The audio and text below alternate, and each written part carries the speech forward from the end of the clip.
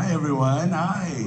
Thank you guys so much for coming, for these amazing creators for this panel today. So today's topic is gonna be creator confessions, the highs and lows of digital stardom. So then we should start off with some intros. We can start at the end there. We'll start with your name, maybe your sign, and what kind of content you make.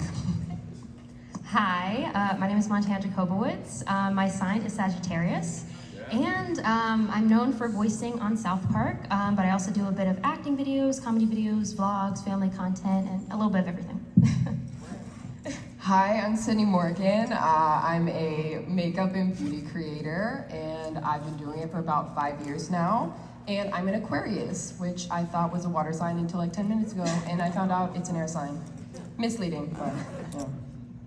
Hi, my name is Nick Wilkins. I'm a vlogger. I'm a Cancer, and yeah, I do vlogs, family content, just kind of comedy stuff that I think is funny sometimes. So. Oh, is your birthday coming up? Or It is. It's in, what day is it? Is it the 20th? It's in 5 days. Ooh, Yeah. all right. Yeah. Happy birthday. No one sing happy birthday to me. All right, on 3? All right, so let's start off with you again, Montana. You've been doing South Park. Crazy. I'm sure that comes with a lot of experiences that maybe a typical creator influencer doesn't deal with. So let's talk about some of your highs in animation and in this world already that we all share. Oh my goodness. So I would say just at first finding my passion. Like, I remember when I was like a little kid, I think I was in middle school, 12 years old, TikTok first came in, but no, it was Musical.ly. I'm sorry, it was Musical.ly way back. And I just was a kid in my bedroom, just making weird videos, giving weird faces, things like that. And then I'll go through the acting route and then the content route. And then I was a shy kid in school. My parents signed me up for musical theater. They wanted to turn this into a career. I actually was like, acting world sort of took into where I can incorporate that also on social media. Sydney, what about you? What are the highs? Was there a moment that you had along the way that was like an I made it moment, or like I could continue to do this as a viable source of income? Yeah, there's definitely been a few moments. So I started posting videos online when I was probably about 16 years old. And I think one of the first I made it moments that I recall is getting recognized in person for the first time. When I could it was fun to see the numbers go up, but then to be able to put a face to these people that were watching my videos was super cool. And then I was able to move to LA when I was 18 years old. And I feel like that was really my I made it moment, that I did it, I made it out of my hometown, and now I'm doing this as a full-time career. And more recently, this past year, I was able to go with YouTube to the Paris Olympics and make content, and that was my first time out of the country. And that was also something that I dreamed of doing my whole life, and I feel like it really motivated me to keep going. What about you, Nick? Mine is definitely when my family and friends started to get recognized. It wasn't actually me. It was more like when I went out in public with my little brother, or just my friends, and people would come up to them, and I realized wow, not only am I getting recognized, but now people in my life who I film are now getting recognized as well, and I was like, dang. So that's when I knew, because I always liked filming with my family and friends, because I think my little brothers are really funny, and I always thought if I can put them out there, people would kind of attach to them. So yeah, definitely when people came up to them is when I thought, yeah. Montana, for you, so you've been doing the traditional content, you're also doing the South Park acting. Did you have 2 I made it moments, or was maybe South Park booked that moment? I think it was South Park because it was a time during the actor strike. We weren't working. And, SAG was pretty much, no promotion on films, you couldn't do nothing. But if you're an actor, you're gonna raise your hand and go aside that and be like, I'll take work anyway. I'm not gonna, cause of the strike, but you take it away. And I had been doing voiceover for a long time, but I thought my major thing was gonna be in TV and film. But South Park came, I got the audition in my inbox. I was like, I'm gonna try it. I don't think it's gonna go anywhere. It's probably gonna go to some big name celebrity. And I took a shot. Next day they're like, come to South Park Studios. The rest is history. That's crazy. I I still am processing it every day. Sydney, along the way, in the last few years since you started out, I mean, going to the Olympics with YouTube on behalf of YouTube, crazy experience. Are there moments that you've been discouraged along the way, whether it be from comments, from maybe your own internal thoughts? Any moments? I mean, what are the low moments? Yeah. Doing what we do, it's a very isolating career. Most of the time it's just me alone in my house talking to a camera. So that's something that gets kind of like sad after a while. Like, I kind of wish that I was put in an environment where I could like feed off the energy more and interact with people. But on the flip side of that, I feel like I'm flexing that social muscle so heavily and being so on for this camera all day that I find myself not wanting to be social in my personal life, because I feel like I almost have no energy left to give in my personal life because I put it all online. So that's something that I've definitely struggled with. What do you do to deal with that, to balance or manage that? I think just find good friends that give you energy and support you, and even just to like sit silently in the same room and recharge on hard days. Nick, what about you? What are some of those lows? Oh, well, like, kind of after COVID, I lost a lot of my hair. My dad is bald, and like one of my biggest fears was like, oh, one day I might go bald. And I like filming myself, and I always loved my hair, and I was known for looking like a character from Outer Banks, this guy named JJ, and he always had this like really long blonde hair, so that's kind of how I blew up at the beginning. But then I realized, like, kind of 2022, I was like losing my hair, and I lost a bunch of it, and I was like, shoot. So one of the biggest things that I was like scared of was not having confidence while I was filming, because all I'm thinking about is like, oh, I can't be funny anymore because people are staring at my hair. Like, they don't understand it. Like, they're not noticing anything, any jokes I'm doing because they're looking at my hair. But I realized it's not true, and I had to just tell myself like I could fix it too. And yeah, I think just I got over it by I wore a lot of hats, and I started to eat healthier, and I kind of found ways to get my hair back. But I taught myself that no one actually cared about as much as I did. Yeah, I mean, during those times when you're thinking about that, are you thinking about plan Bs? Are you like, what do you? Oh man, I was thinking about being like a fitness content creator who was bald and just like super jacked. I thought that was my route, but I was like, no, I want to get my hair back. But yeah, I thought it was like super important, but I know now it's like, it's just hair. So yeah. Montana, let's talk about you. So I'm curious, when you did start doing the voice acting, do you feel like you gained a new audience? How do you hold the people that joined you before that interested? Did you ever feel like you owed them, the old videos that you used to do?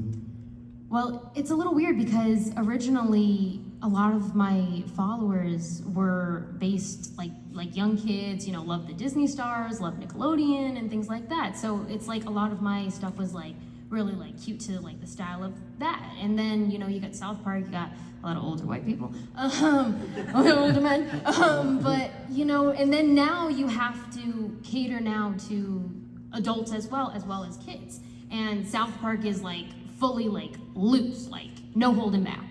And where I also have to keep it very honed also for the kids as well, because those are the original like OGs. They're the original ones that started it. So it's like I feel like it holds me back a little bit where I can't speak to the point that fully engages with the adults, because I also want to keep the kid audiences as well, because they watch you online, they get influenced by you. So it's like what you do is sort of influenced by them. It's like if you're acting this way, they're acting that way. If you're doing this, they're doing this. So that's really important to me, also being like, okay, if a young kid or an adult watches my content, how are they going to interact with that? How is that going to be incorporated into their everyday life?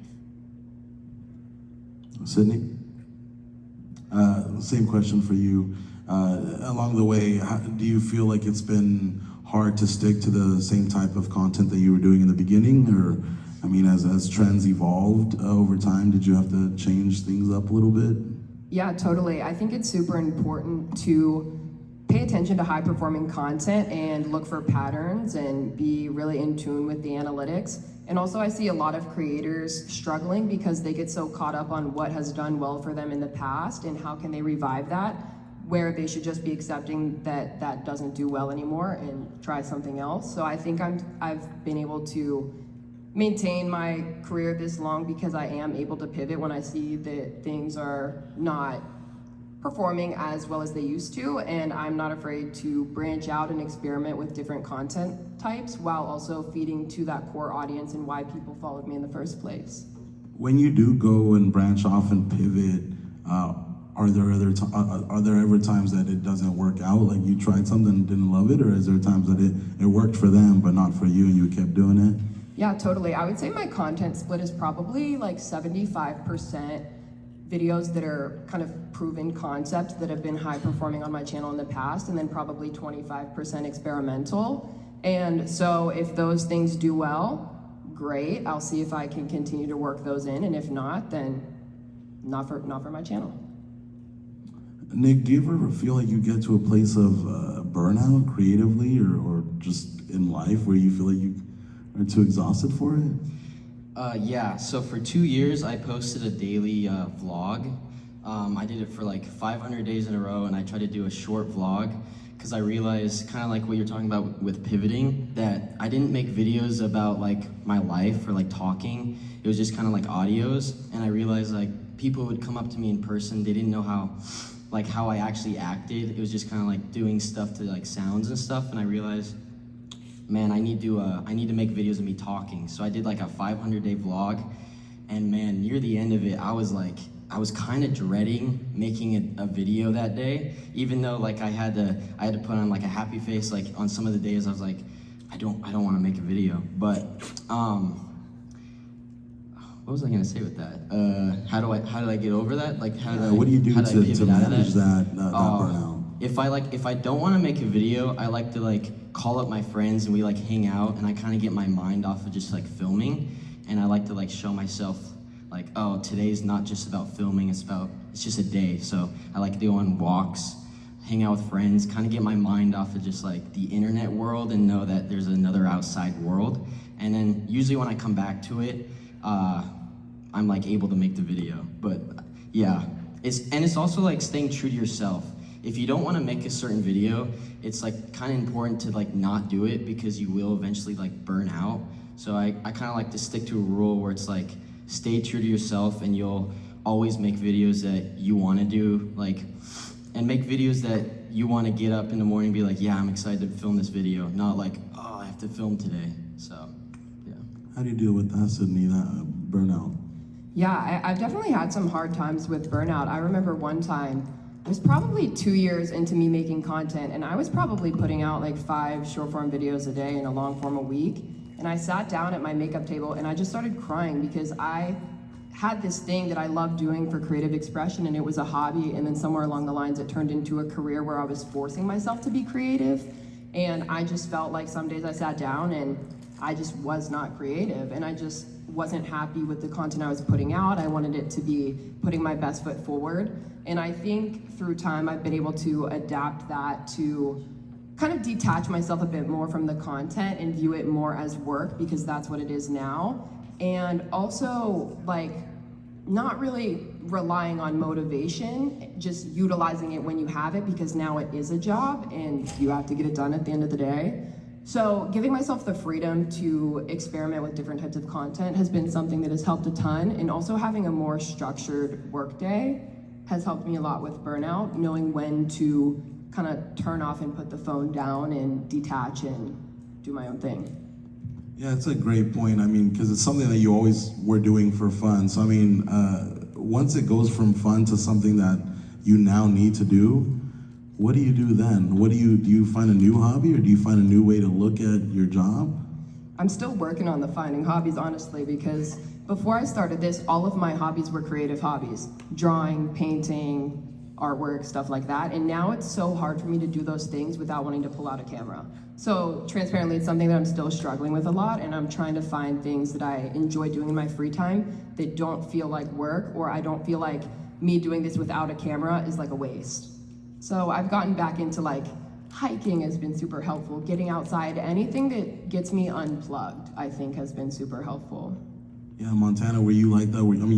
You always were creative. You always were artistic, and so how do you deal with that once it becomes like something that you always did for fun and it was a hobby, and now you have to clock in? I mean, what do you do?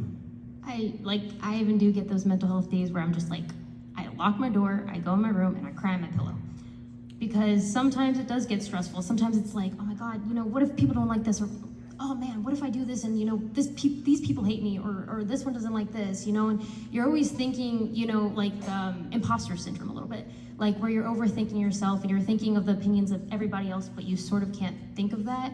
I think my major base to bring me out of moments like that is my family, because a lot of people, they even come to LA and they don't have a firm ground of family or friends, and you get stuck in the sort of the wormhole of depression and loneliness. So I think my family pulls me out and says, hey, you got to do this, you got to keep going, this is what you originally do, this is what you love. And so some days you have to sit back and be like, okay, this is what I actually want to do. This is my life.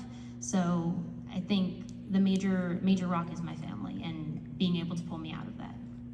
How long did you, or do you still have imposter syndrome?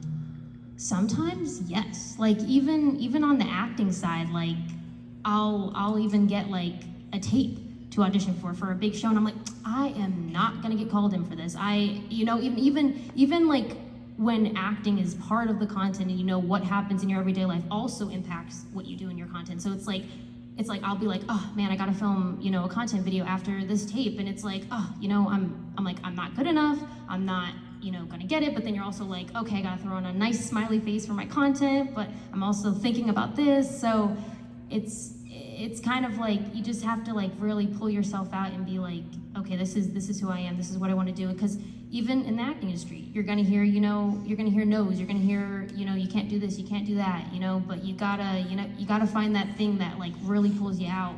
And that's definitely family and saying hey, it's gonna take a couple times, but it gets there. Sydney, did you ever deal with that, imposter syndrome? For sure, yeah. Like I said, I started making content when I was very young. And when I started, the personality that I presented on camera was very much myself. And throughout the years, I felt like I've moved further and further away from how I present on camera. So there was a moment where I was watching my videos back and I'm like, I don't feel like that's me anymore. I feel like that's maybe a 16-year-old version of me, but I was living in my parents' house when I started this. And now, I live alone in LA and I have a lot more life experience. So I feel like it was definitely an imposter syndrome moment where I kind of had the choice to, do I still want to present that version of myself, or do I want to adapt it more to how I am now? And I feel like I have adapted the content a little bit, but I do have a young audience, so it's super important for me to keep it very family friendly. And I also feel like it's been more beneficial to creating that work-life balance to kind of view it as a different version of myself, and also gives me a healthier relationship with the metrics of the content, because I don't feel like if something is low performing, it honestly has anything to do with me. It's not a bad reflection of me. I don't take it personally. So kind of having that high energy camera version of myself, I feel like has created a healthier balance for me. And it's a little bit of imposter syndrome, but I feel like I have a better relationship with it now. And I mean, you bring up your audience, they're younger. What is that response? Do you feel a responsibility, or at what point did you kind of feel like, oh, I gotta kind of be an example? Yeah, totally. I feel like I look at my audience as very much a younger version of myself. I feel like our interests very much aligned to how I was when I was 13 years old. And I kind of look at them as younger sisters, because I've always wanted to have a younger sister. So I do feel some responsibility and want to set a good example for them and make sure sports. And I grew up watching YouTube being I could do that if I wanted to. And I watched James Charles, and he goes by James Charles. Charles is his middle name. So I was like, period, when I do it, I'm gonna go by Sydney Morgan, because that's my middle name. And then I did. And then Montana, let's switch over to another low of social media content creation is hate comments. Do you remember the early parts of that? Do you get hate comments? Yes. Yes. Well, like, I remember even like when I was starting, especially, you know, starting on the platform, what's the age you could legally be on the platform? I think 13, right? Sure, yeah, I was 13. 16? No, 6. Oh, I'm kidding. hey, there probably are some 6-year-olds. Yeah, like even starting back then, people would be, you know, people would say like, go drink bleach and stupid stuff like that you would hear. Like, but you know, hearing it as a kid, and you're like, I'm a kid. Why are you telling me stuff like that? You know, it's funny even when you see like the hate comments of how they first started, like things like that, or you know, you're a girl of color, like just don't do it, or like and things like that. You'd hear crazy things like that, and now the hate comments have sort of, you know, spread to, you know, because of South Park, they've spread to a different like level, sort of, where it's like someone commented like the other day on a video that I did, like, you are like a nobody, you know, like stop doing this, you're embarrassing yourself online. So I think like even with the hate comments, like you got, like I'm a person that sort of, it's like if someone gives hate, I gotta be that person that's like, okay, you know, I'm embarrassing myself, here's another embarrassing video. So like I'm a person that has to, like, my parents are from New York, so it's like you clap back a bit. So that's how I sort of handle them, where it's like, when I was younger, I feel like I was in that vulnerable place where it's like, you cared about everything. You cared about your appearance, you cared about what people said about you in school and things like that. Whereas now, when it's such a major, you know, being on platforms for years and things like that, and you know, going through your own personal experiences, you're like, that's nothing. Just like, so I sort of like look past it a little bit. What about you, Sydney? Do you get hate comments? I definitely did, more so when I got started because people didn't know me yet. I remember my first viral video, it got like 4 million views on TikTok, and I opened the comment section and they're all bullying me about having a lisp. And at that point, I didn't even know I had one. And then I start watching these videos back and I'm like, wait, have I always had a lisp? And now I'm more self-conscious of the way I speak, and I was watching back the videos, and as I grew my audience and people started to know me for me, I only get positivity, really. I only see positivity. I think the only time hate comments come up is when a video hits the side of people that do not know who you are. And also, now I'm so kind of detached from the content that if there's hate comments, it really makes the video do well. So I'm like, that's engagement. Their hate comments are buying me sushi, girl, that's so period. So Facebook is actually, I get rough comments on Facebook, girl. Oh my God, our Coachella video, girl, rough. But, you know, it's whatever, it's good engagement.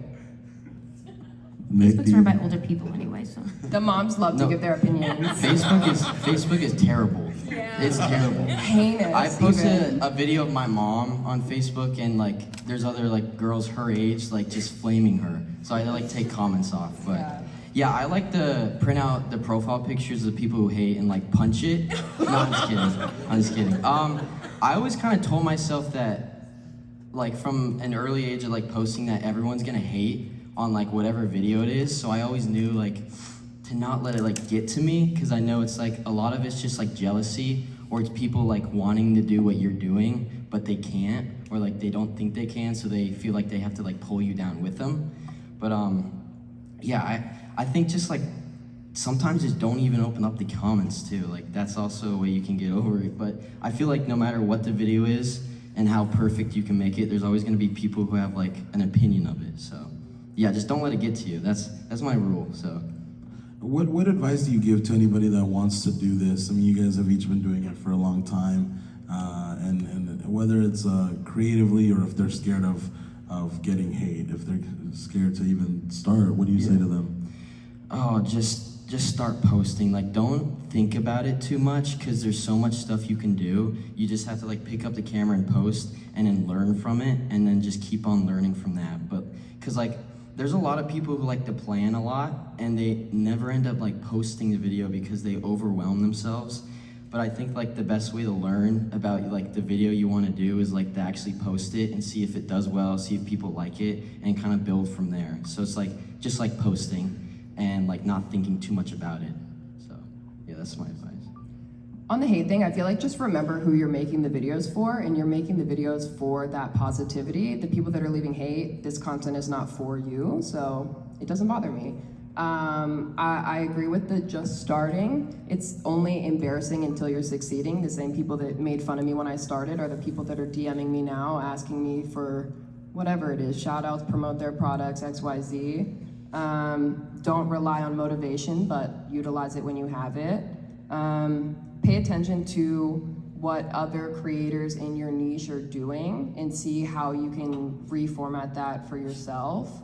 Look for patterns in high-performing content on your channel, and don't be afraid to branch out and experiment.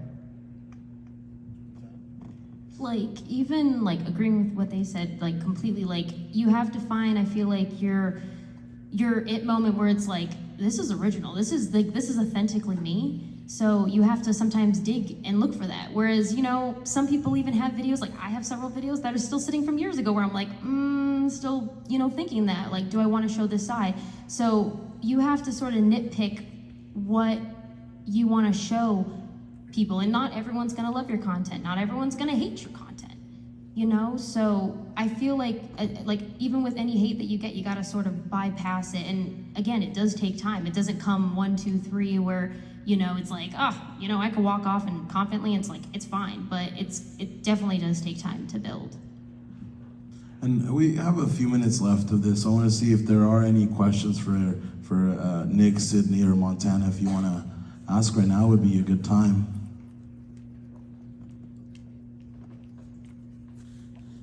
You want to come right up here to the mic?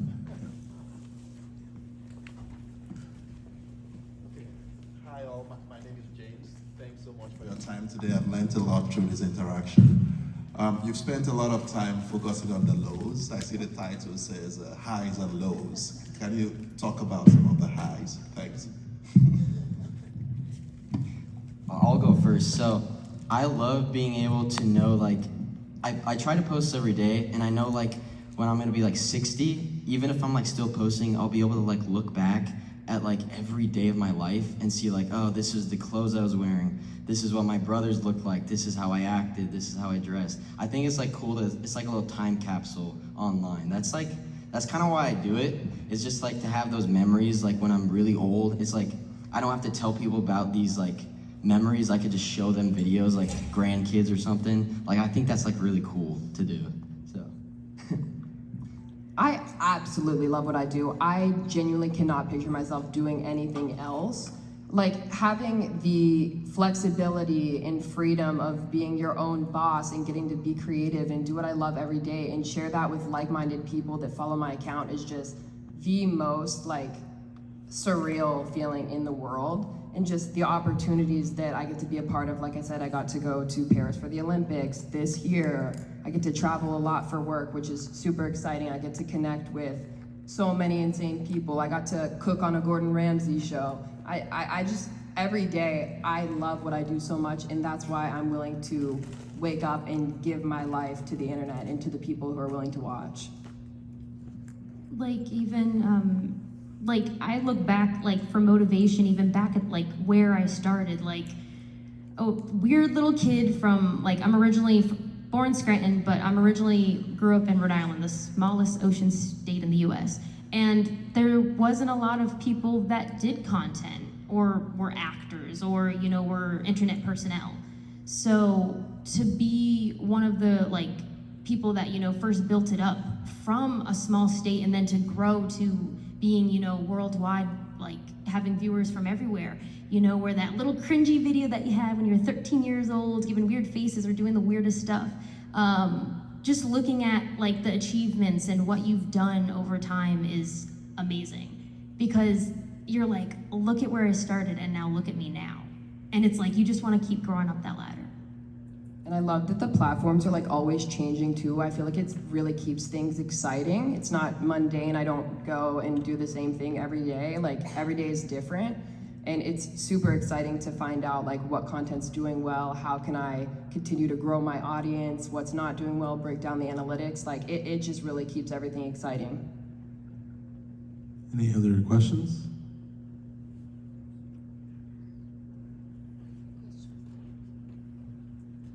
know you've all been doing this for a very long time, most of you since you've been really young. Where do you see yourself in 10 years, and do you see yourself continuing to create content as a career or expanding outside of that?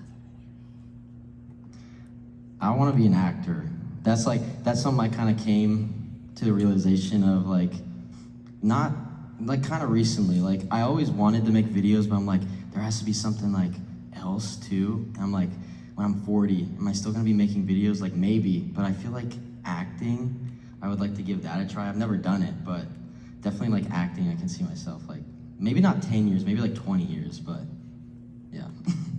When I first moved to LA, I felt like there was all these exciting new opportunities, so I tried modeling, I tried acting, I did special effects makeup on set, I did all these things. And then I kind of just found my way back to making content, because that's what I wanted to do in the first place, and that's what I love to do. So I'm definitely gonna continue making content as long as there's an audience for it. And I also have my own brand of beauty products and beauty accessories, and I wanna continue to build that out and grow the company and maybe eventually sell it.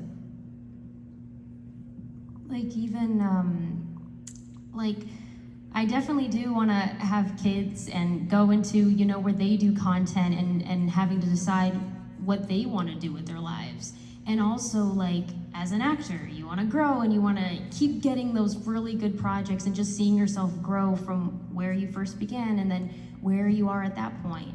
And I'm also, like, big on giving back. So it's like, what was it? Last year I won, not won, I was selected to be like a UN, like, I got an award from the UN, which was crazy because I was that young little kid being like, I want to give back, I want to stop, you know, gun violence, I want to, you know, I want to see this change, I want to see that change. And I got inspiration from so many, you know, powerful women, and to be able to, you know, turn something so small then into something so big is amazing.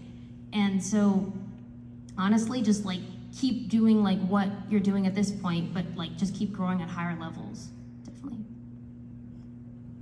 Anyone else?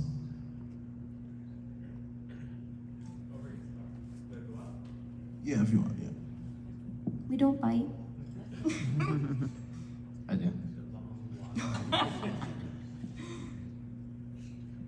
Hello? Okay, cool.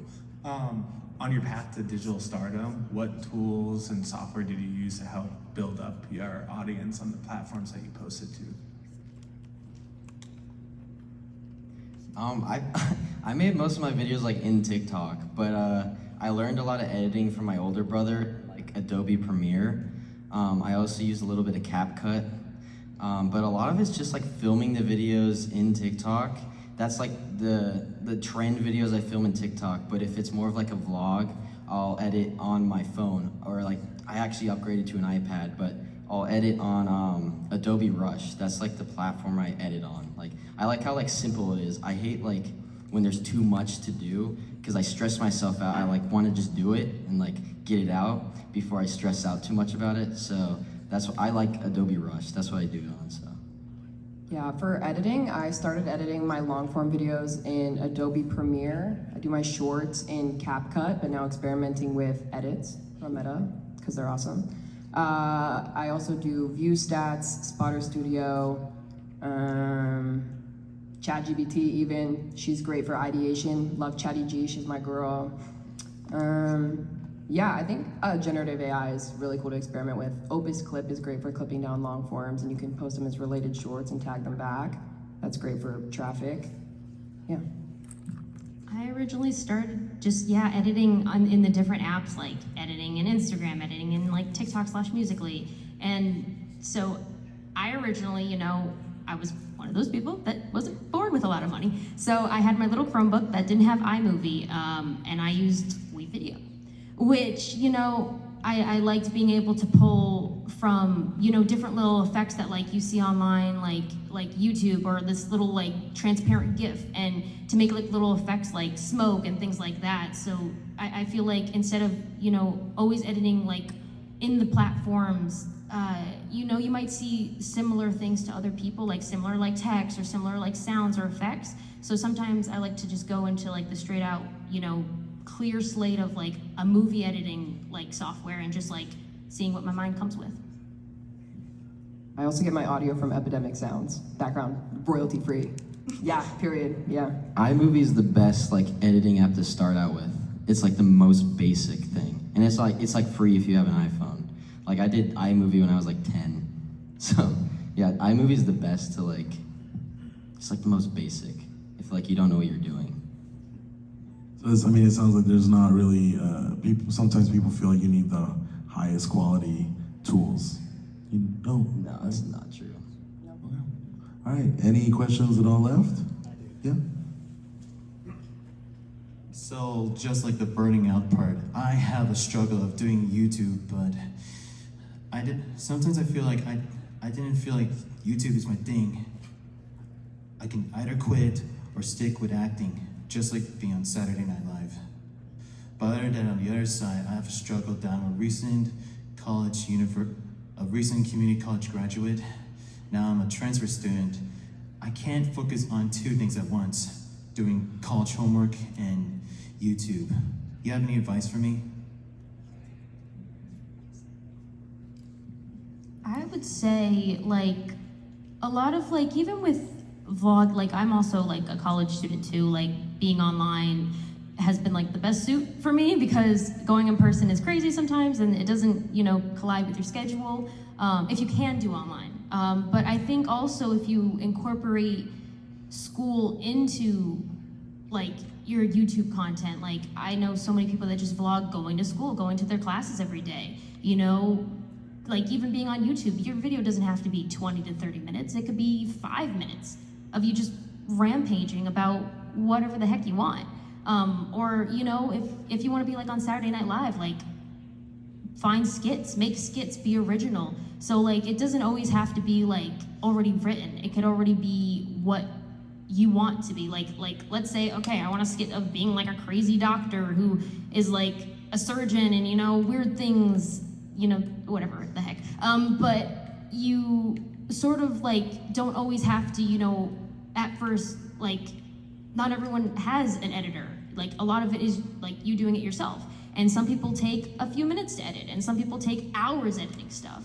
So you base it on your schedule, like when you're like starting out, and then when you get to the point of when you're like, hey, you know, I can actually take this on full time, like people will grow with you and understand like, hey, this is what it was then, and then I graduated, you know, and now this is my content of how it is now. I never went to college. I started content when I was very young, so I don't feel like I have great advice here because I really was all in with content, but I was young and had a lot less to risk. And I saw great success with that because I put my everything into it and didn't have much risk, so if I failed, there wasn't a lot on the line. So I think just follow your heart, do what you think is right, and I hope it works out for you. I also didn't go to college, but in high school, I tried to post like 5 times a day still, and I also did like cross country and stuff. Like my best advice for you is like take advantage of like the breaks from like school that you have. Like when you get home, before you get tired, try to like get something out, and it doesn't have to be like crazy, just like get something out. And especially like on summer breaks too, like try to post as much as you can during that because you don't have the other stuff distracting you. But it's also important to focus on school too, if that's what you kind of want to do as well. Did you guys ever, when you've got a lot going on, did you ever film anything like batch a bunch of content to have it prepared? Because I feel like that for a college student would be really beneficial to just shoot a bunch of things on one day, edit it a bunch on one day, and then have it ready. Do you guys do that? Yeah, before like trips, I'll film for like 2 days and I'll edit a bunch on the last day. Like even for this, I filmed all day, like the day before the trip. So I have like 15 videos just in my drafts and I'll like post it throughout. So I'm not like stressed about that. But yeah, it's good to have like a little bank of videos just in case one of the days you can't film when you're busy, like just to have something to put out. I also batch film to free up time for myself and also just delegating roles that I don't necessarily have to do. Like I have short form editors now, long form editors, thumbnail artists, ideation team. So that's something that has helped me be able to just focus on the part that I love doing the most and keep my energy high for the content.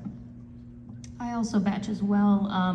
I try to regularly give it like a little bit of different things, like, okay, a singing here, maybe a dancing here, an acting here, but you know, we all get busy. We all have that crazy schedule where, you know, we have those days where we're like, ah, shoot, I missed it and I forgot to film, but at least you have like 50 other videos waiting. Amazing. Well, thank you guys so much for coming, and have fun at VidCon. Thanks.